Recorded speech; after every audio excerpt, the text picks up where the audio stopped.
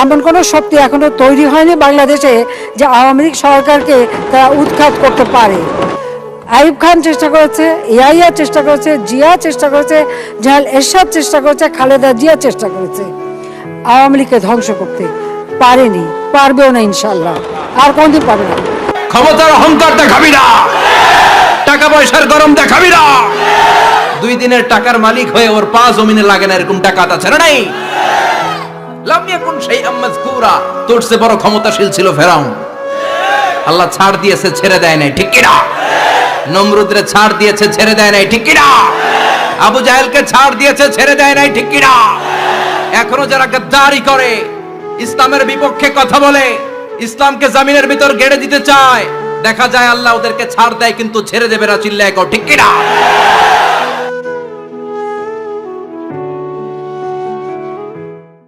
এমন কোনো শক্তি এখনো তৈরি হয়নি বাংলাদেশে যে আওয়ামী লীগ সরকারকে তারা উৎখাত করতে পারে। আইয়ুব খান চেষ্টা করেছে, ইয়াহিয়া চেষ্টা করেছে, জিয়া চেষ্টা করেছে, জাহাল এরশাদ চেষ্টা করেছে, খালেদা জিয়া চেষ্টা করেছে আওয়ামী লীগকে ধ্বংস করতে, পারেনি, পারবেও না ইনশাল্লাহ, আর কোনদিন পারবে না।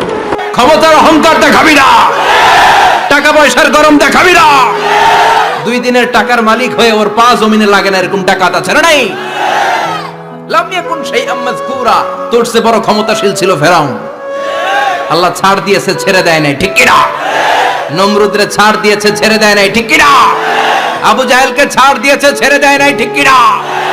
এখনো যারা গাদ্দারি করে, ইসলামের বিপক্ষে কথা বলে, ইসলামকে জমিনের ভিতর গেড়ে দিতে চায়, দেখা যায় আল্লাহ ওদেরকে ছাড় দেয় কিন্তু ছেড়ে দেবে না। চিল্লায় কও ঠিক কি না?